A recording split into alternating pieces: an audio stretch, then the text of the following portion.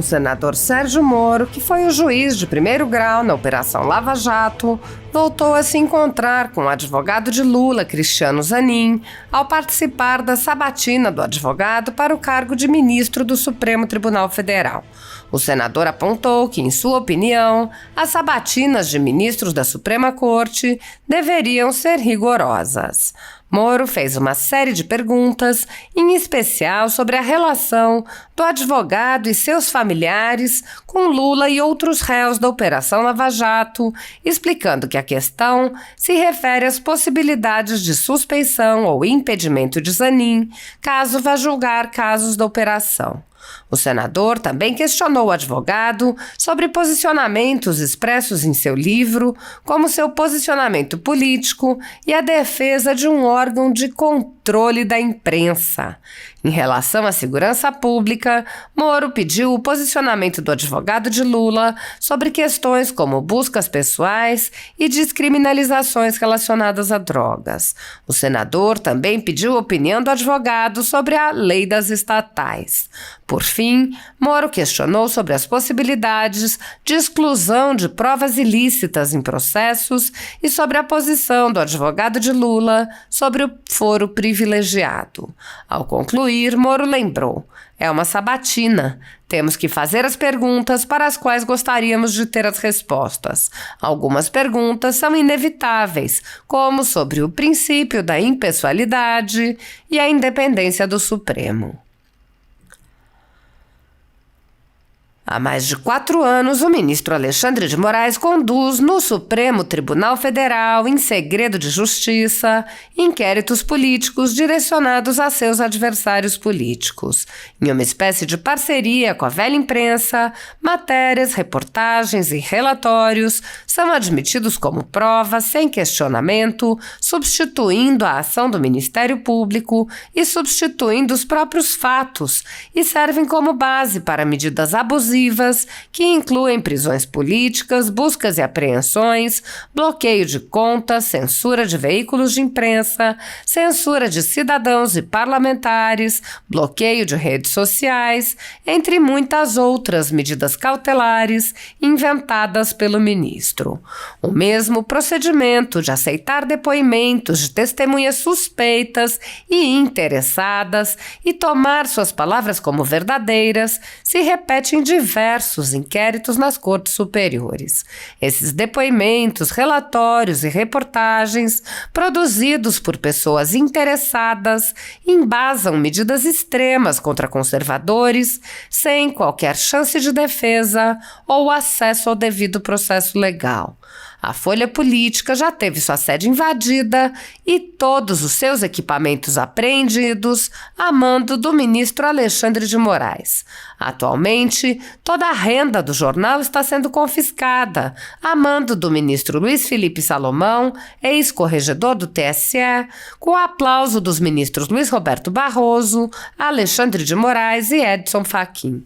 Há mais de 23 meses, todos os rendimentos de jornais, sites e canais conservadores são retidos sem qualquer base legal.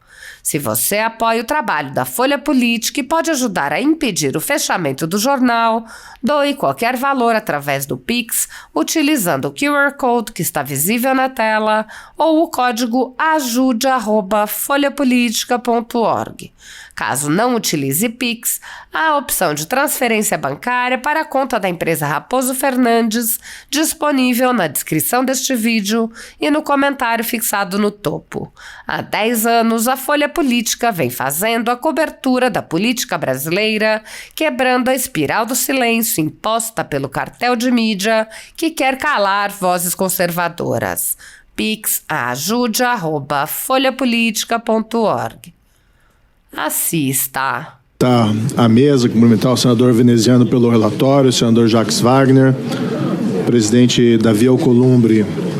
Só registrar antes de começar aqui a inquirição, essa semana nós tivemos um outro ataque às escolas, dessa vez no Paraná, meu estado. Ontem eu liberei um projeto que é da relatoria do senador Efraim para melhorar a tipificação desse tipo de crime e, inclusive, também aumentar penas para apologia e incitação a esse tipo de crime, além de criminalizar atos preparatórios. Falei com o senador Alcolumbre sobre a sensibilidade da matéria para nós tentarmos conseguir votar na CCJ ainda antes do recesso parlamentar e fui bem acolhido a minha sugestão, então registro aqui o meu agradecimento. Eu quero aqui fazer só uma breve ponderação. Eu tenho dito desde a campanha eleitoral que serei, como senador, uma das funções principais é fazer essa sabatina do indicado ao Supremo Tribunal Federal.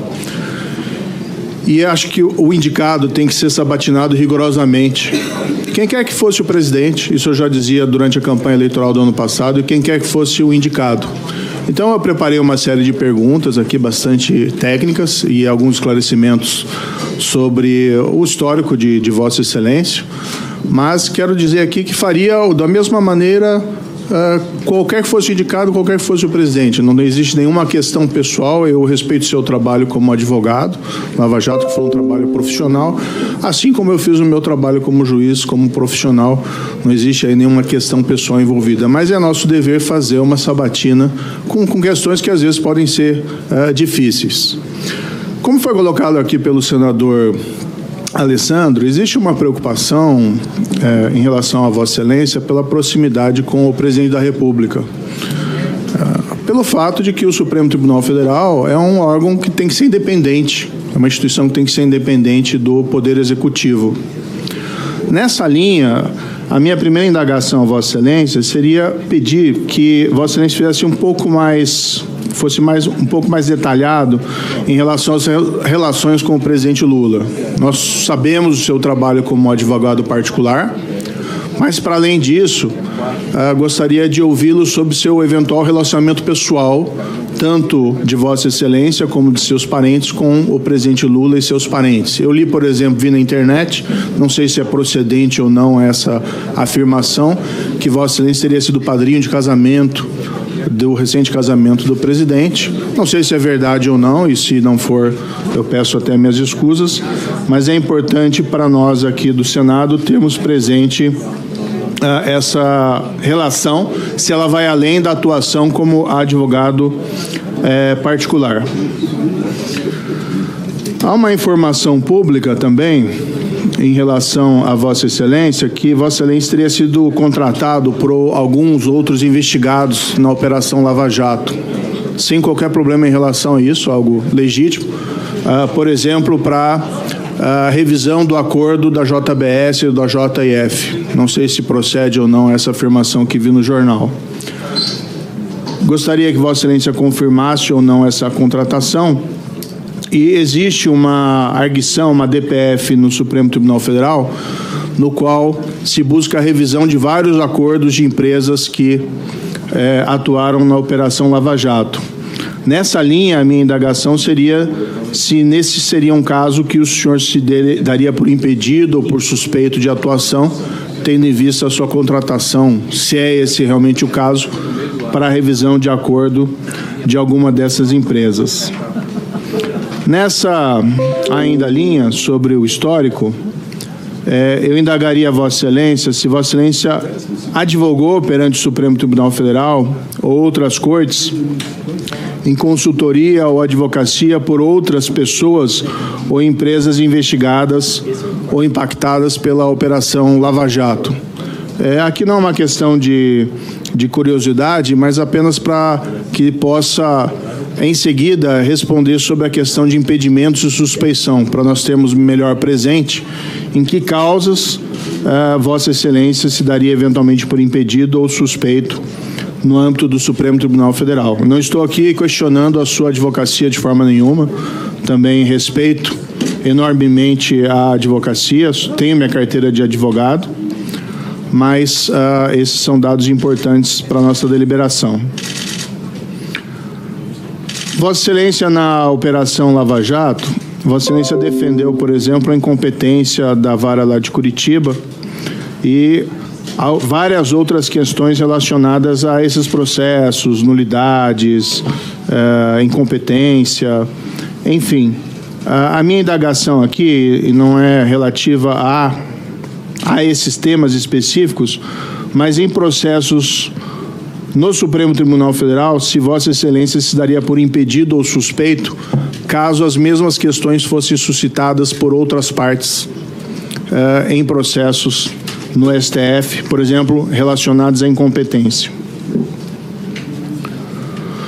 No livro de Vossa Excelência, Lawfare, eu acabei lendo esse livro, Vossa Excelência chega a fazer afirmações de que o processo relacionado ao ex-presidente Lula teria objetivos políticos e geopolíticos ligados à descoberta e exploração do petróleo na camada pré-sal. Eu não quero aqui questionar essa afirmação, mas indagá-lo o seguinte: diante desse seu juízo de valor, do juízo de valor de Vossa Excelência em relação a esses objetivos da Operação Lava Jato, se Vossa Excelência se afastaria no Supremo Tribunal Federal de qualquer causa relacionada à Operação Lava Jato. Mais uma vez, eu até esclareço aqui, e eu tenho dito isso para os meus colegas, eu não vim ao Senado para discutir a Operação Lava Jato.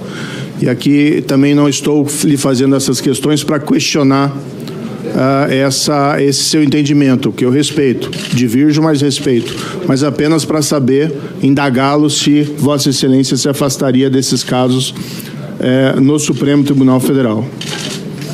Mudando um pouco de temática, no seu livro Lawfare, e aqui eu tomo a liberdade de citá-lo, Vossa Excelência afirma o seguinte: o Brasil, lamentavelmente, é um terreno fértil para a publicação de reportagens falsas, caluniosas e difamatórias, uma vez que não instituiu um conselho de imprensa ou qualquer outro meio eficaz para receber denúncias relativas às condutas ilícitas praticadas pelos veículos de comunicação.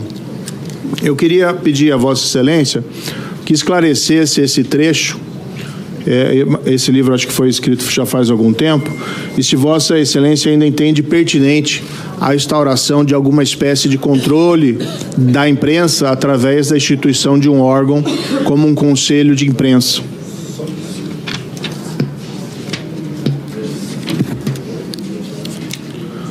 Mudando um pouco de assunto, e eu peço desculpas que por correr, porque o tempo é um pouco curto, eu tenho focado a minha atuação aqui no Senado Federal no tema da segurança pública. Eu acho que é um tema extremamente importante. O Brasil ainda tem índices enormes de criminalidade, seja de crimes de colarinho branco, mas também crimes violentos.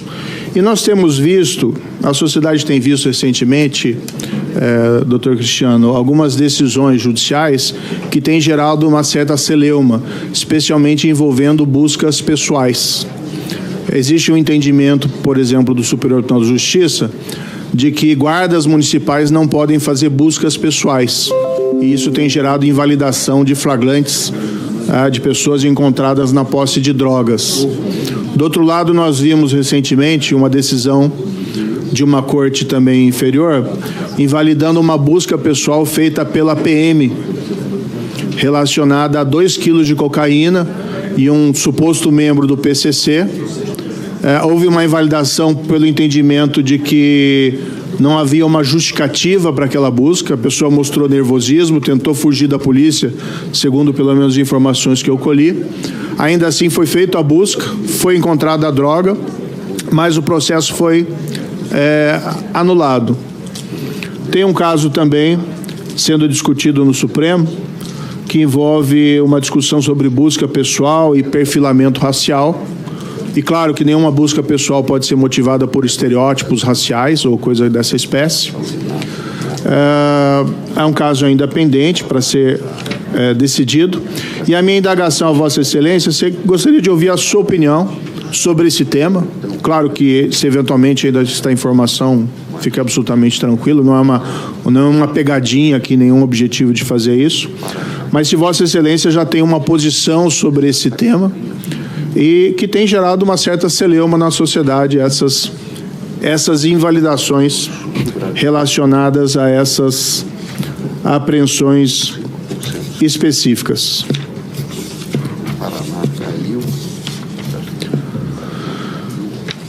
Ainda nessa linha, e um tema também que tem sido discutido, gostaria de ouvir a sua opinião sobre há uma discussão se haveria uma possibilidade de diferenciar o porte da droga para consumo com o porte da droga para venda em varejo, com base apenas na quantidade da droga apreendida. Há uma discussão sobre eventual descriminalização ou descaracterização do tráfico quando a pessoa for encontrada na posse ou na porte de pequena quantidade de droga. Esse é um tema que está submetido ao Supremo. Evidentemente, Vossa Excelência tem alguns limites para se manifestar a esse respeito, mas gostaria de ouvi-lo para saber se tem alguma opinião que poderia compartilhar conosco, especificamente se é possível diferenciar o traficante e o consumidor apenas com a quantidade da droga eventualmente apreendida após uma busca. Ainda uma outra indagação a Vossa Excelência, gostaria de ouvir a sua opinião sobre a lei das estatais. Eu vejo a lei das estatais como um instrumento, uma lei que foi produzida por esse Congresso, que foi extremamente elogiada à sua época, em 2016, e que ela trouxe restrições técnicas a nomeações nas estatais e ainda algumas restrições para diminuir nomeações político-partidárias. No entanto, essa lei foi recentemente questionada perante o Supremo Tribunal Federal. A meu ver, ela é um avanço na governança das estatais. E eu gostaria de ter a sua opinião a respeito dela, no que for possível, eventualmente, Vossa Excelência mencionar. Caminhando aqui para o final, e peço escusas pela quantidade de perguntas, mas é uma sabatina de um indicado ao Supremo Tribunal Federal, e esse é um momento muito importante, tanto para Vossa Excelência como para nós, senadores. Eu gostaria de ouvir a opinião de Vossa Excelência sobre a exclusão de provas ilícitas em processo, e em especial se provas ilícitas podem ser utilizadas para sancionar, para a punição com objetivo sancionador de qualquer espécie. Por último, e aqui eu finalizo, eu tenho ainda uma pergunta para Vossa Excelência sobre a sua posição sobre o foro por prerrogativa de função. Eu tenho sido bastante crítico ao chamado foro privilegiado. Penso que ele é um privilégio que não se justifica, seja para parlamentares, seja para magistrados das cortes mais elevadas, seja para autoridades do Poder Executivo, mas o fato é que ele está na Constituição, está ali previsto, e a não ser que ele seja suprimido, ele se encontra ali, mas ele tem sido objeto contínuo de interpretação e reinterpretação pelo Supremo Tribunal Federal. O Supremo Tribunal Federal, no seu entendimento atual, é no sentido, e a meu ver é absolutamente acertado, de que o foro privilegiado se restringe ao ato praticado no exercício da função que confere o foro privilegiado. Ou seja, um ato praticado antes do exercício de um mandato parlamentar ou do exercício de um cargo de ministro do Estado não estaria abrangido por esse privilégio e seria julgado pelas instâncias inferiores. No fundo, é uma tentativa de limitar, e até é importante isso, Vossa Excelência está indo para o Supremo Tribunal Federal, diminuir a carga de processos do Supremo, permitindo que haja uma deliberação ótima e mais qualificada sobre todos os casos. Então, eu gostaria de ouvir, se possível, o seu entendimento sobre esse tema, se Vossa Excelência concorda com essa posição atual do Supremo e a sua visão geral sobre o foro privilegiado. Mais uma vez aqui, só para finalizar, senador Alcolumbre, é uma sabatina, nós temos que fazer perguntas que nós gostaríamos de ter as respostas. Tentei me focar aqui nas questões jurídicas, mas algumas relacionadas especialmente ao seu histórico, né, e a sua relação com o presidente, elas são inevitáveis, já que existem esses questionamentos sobre o princípio da impessoalidade e a eventual independência do Supremo. Eu sei que Vossa Excelência já se manifestou sobre isso, mas é inevitável fazer esse tipo de pergunta. Obrigado. Obrigado, senador Moro. Primeiro suplente inscrito, senador Jorge Seife.